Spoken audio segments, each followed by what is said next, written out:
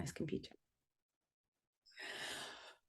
Well, hello and welcome. I'm Leslie Waldron, Integrative Women's Health Coach. And as you know, I love sharing interesting and wonderful conversations with the women who I come across who are working in fields related to what I do. And today I have got the really rather fabulous Ingrid Wolpert with me. She calls herself a food freedom coach, and she helps women end the diet binge cycle and feel good in their bodies no matter what size. So I think you can probably guess why it is that I think she's fabulous and that we need to hear from her. I met Ingrid through the networking group Freelance Mum and instantly wanted to know a little bit more about what she does. And I want to share it with you today. So Ingrid, welcome. Thank you for joining me. Thank you for having me. I think your story of how you've got into this is really interesting. And I wonder if you could share a little bit of that with me now. Yeah, absolutely. So thank you for the lovely introduction. I'm really happy to be here today. And you've already introduced me wonderfully, so I won't say much more and I'll just focus on how I got here. So I'll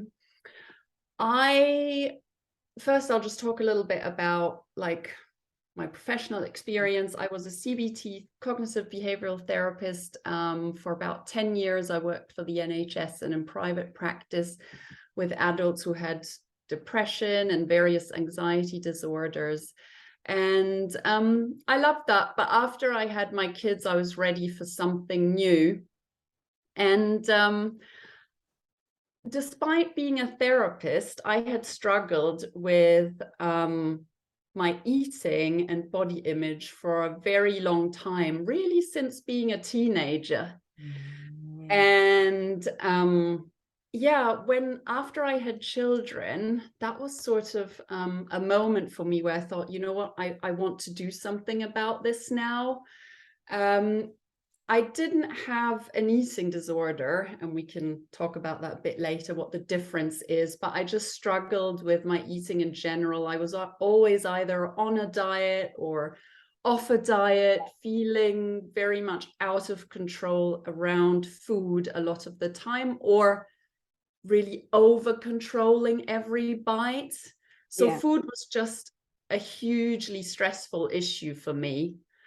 And of course, underlying all that was body image, like that. I just never thought I looked the part, how I'm supposed to look, you know. And as my children started to grow up, they're now I've got two daughters, they're 9 and 7, and my little boy's 4. And you start to, you know, they get introduced to solids and they start eating and they have their own ways of eating. And then they enter school and they even start to say things about their bodies. And I just thought, you know, I've suffered with my eating for a long time. I don't want to pass that down like to the next generation. And I want to do something about my own issues. And so I just found a coach, actually, not a therapist, and I worked with her. She was trained in intuitive eating and also mindful eating, which are two approaches that I teach myself now. And it took me about a year to really work through it all. But I feel so much freer now. I can eat whatever I want. I don't feel guilty about what I eat. And I think this is really important, I don't love every part of my body, but it's just not the most important thing about me. So there are parts of my body, I don't love them. I don't look in the mirror and think, oh my God, you look amazing. It just doesn't, it's not as important as it used to be. And that's what I help my clients with now, because I just see so many women struggle with that, and it's just unnecessary. So oh, thank you for sharing that. I mean, it's a story that I have heard before in clients, and I think that that's so important for you to share. Like, it's almost a lifetime of struggling with food and body image, and it took a year of working with a coach. For somebody who is a therapist and who is fairly self-aware, to understand, I think it's really important for anybody to understand that it's just like a diet isn't a quick fix solution. Yeah. The solution to healing your relationship with food and your body isn't an overnight fix, but that it is there, and on the other side lies so much potential and so much power. So thank you for sharing that. So nowadays, how do you work? Do you work with your clients over a long period of time, or do they come and see you ad hoc? How does that work?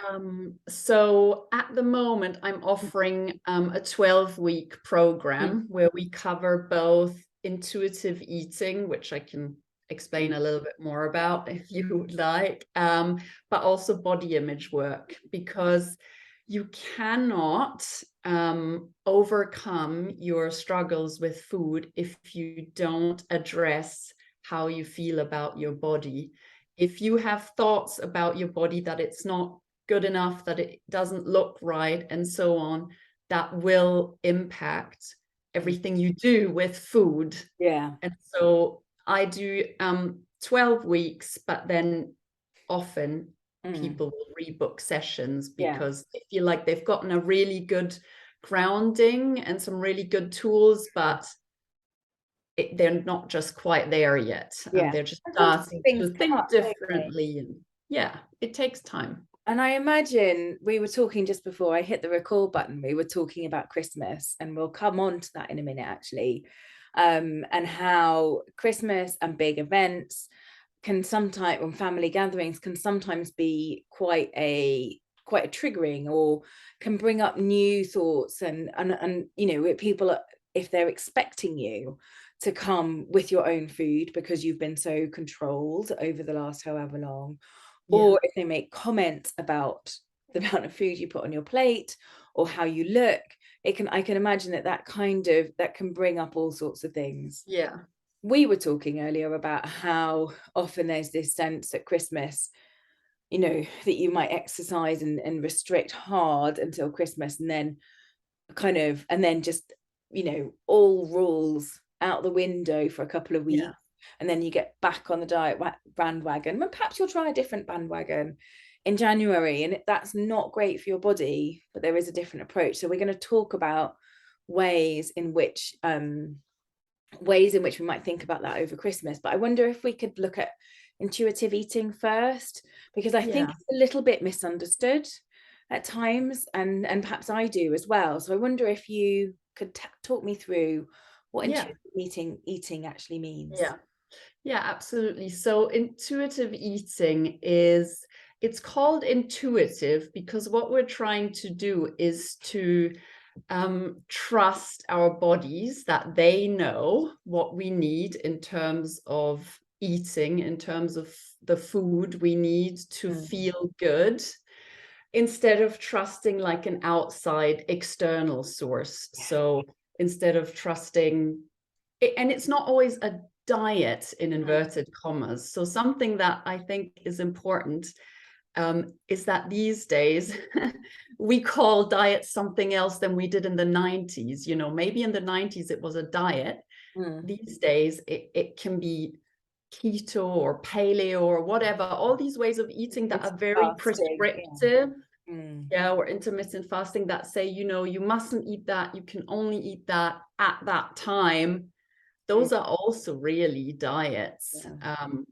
And intuitive eating is trying to let, you know, you want to get away from the experts, the outside experts, and find your way back to yourself and what your body needs.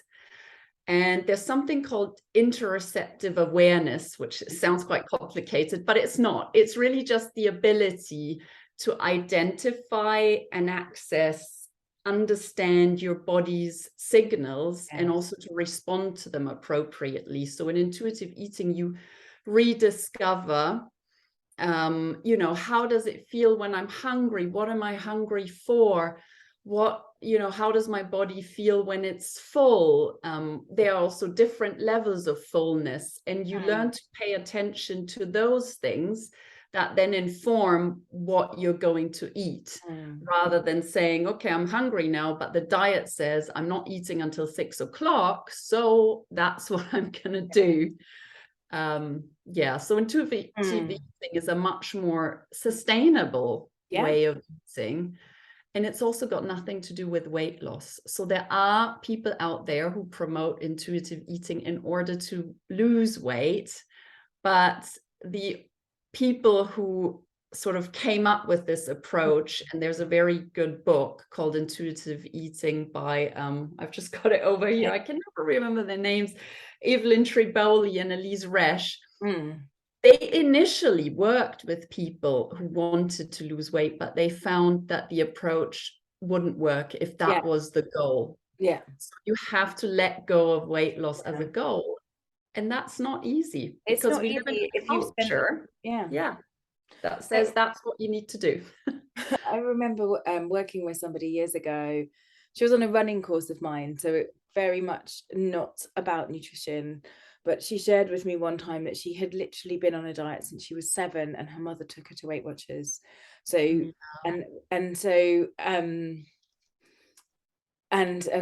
but she still had such a negative, 35 years later, still had such a negative body image, and so like that she wasn't in photos of herself, that she wasn't in that she kind of felt just she almost didn't know what to eat. She was back and forth to diet clubs and things like that, and it had gone on for that proportion of her life. Was kind of scary. And actually for her, running and the joy that she felt in that enabled her to rediscover that connection to herself.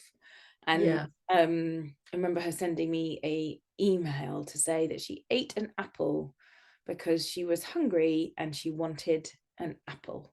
And that felt amazing. But I think that I think we're so disconnected sometimes from our bodies, because we've been told what we should look like and what's good to eat and what's healthy, and that there's a real disconnect around what's healthy. So I think it's really powerful work that you do. And I like and that I can you imagine it has a knock-on impact. Sorry.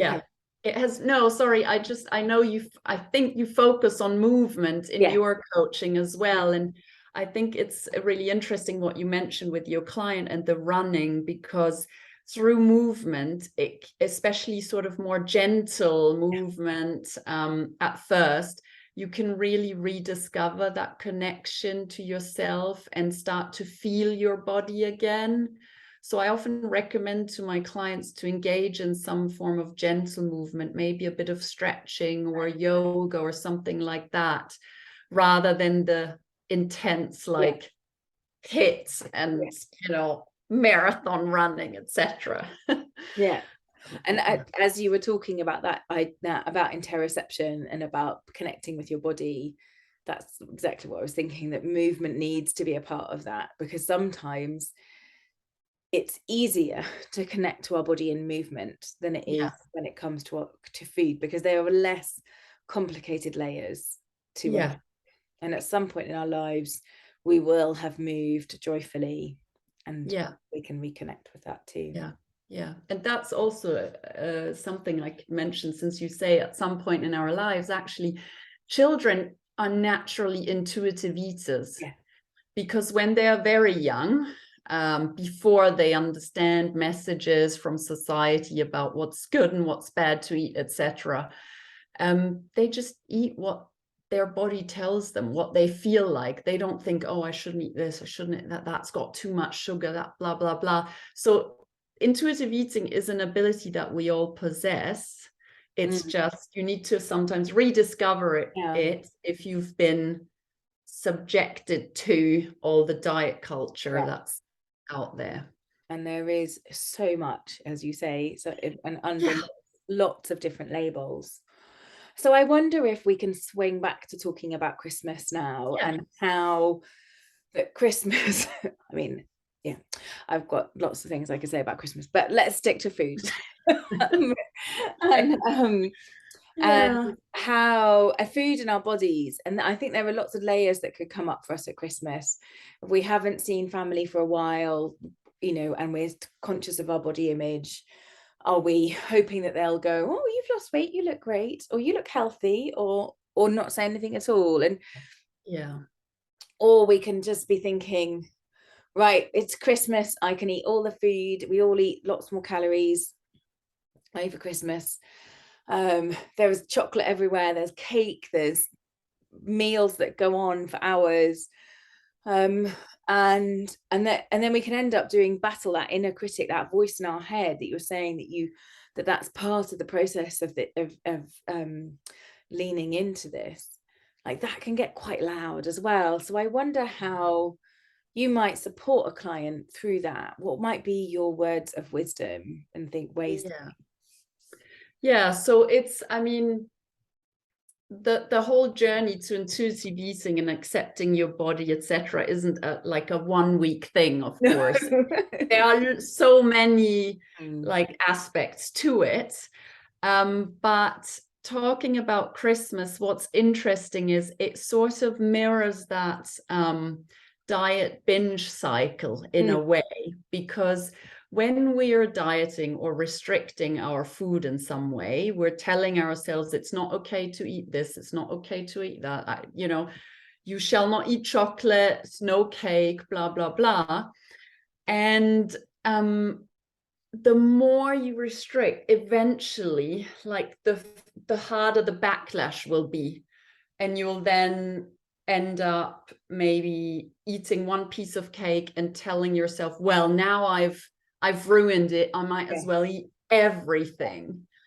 And it's because you're in that mindset of, well, I'm just going to eat everything now, because in your head you're thinking, because tomorrow the diet starts again, right? Tomorrow I won't. And with Christmas, it's the same thing. It's like we're surrounded by all these amazing, delicious foods, but we're not giving ourselves full permission. We might be saying, okay, just for Christmas, but already bearing in mind, but in January, I'm not going to. And so there's almost like an inner rebel who's like, right, so I'm just going to eat it all, because I know that in January, that's not happening again. So one thing about the whole Christmas eating is, can you imagine what it would be like if you were always allowed to eat all of these foods? And just trying to imagine that, often with my clients, they're like, you can sense they're like, oh, just for a brief minute, they're like, if I could, then it takes the pressure off. Because it's not like you have to get it all in those 1 week. weeks. Yeah. Oh, I like that 1 week. And so, that unconditional permission to eat anything, that's a really key component of intuitive eating. So with Christmas, you could maybe tell yourself, you know, I'm allowed to have all these foods. I can have all these foods now and after Christmas, and in January, I am allowed to eat these foods. And that can take that pressure off a little bit. And then you might not even feel like you must eat all the things. Yeah. No, I think that's a really powerful thought to bring in. So anyone listening to this, I wonder how that makes you feel. Do let us know. I'm just thinking as well about how often, and perhaps it's not quite the right place, but I'm just thinking about how Christmas can be very stressful. Quite often for women, it has to be said, who are the ones who are often organizing the gatherings, the food, the presents, managing the kids' emotions, etc., etc. And I think that can sometimes have an impact on decision making around food, and on how well they're managing their emotions, as well as managing their own, what they're, you know. And that sometimes restriction, for like women, might often go in two different directions. Sometimes restriction is how they manage those emotions, because they just, and sometimes it goes in the other way, and it's kind of skewing the emotions as well. So would you have, in that case, is that about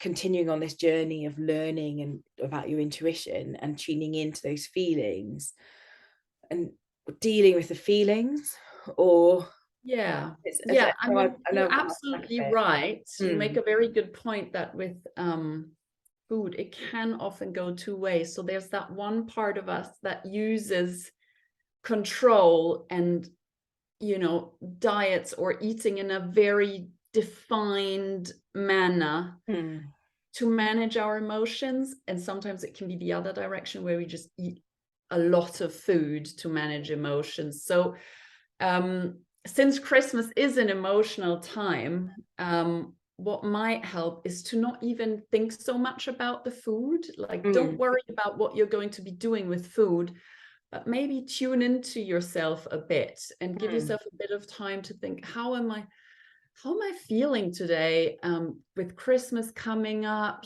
Am I feeling really stressed? And mm. why is that?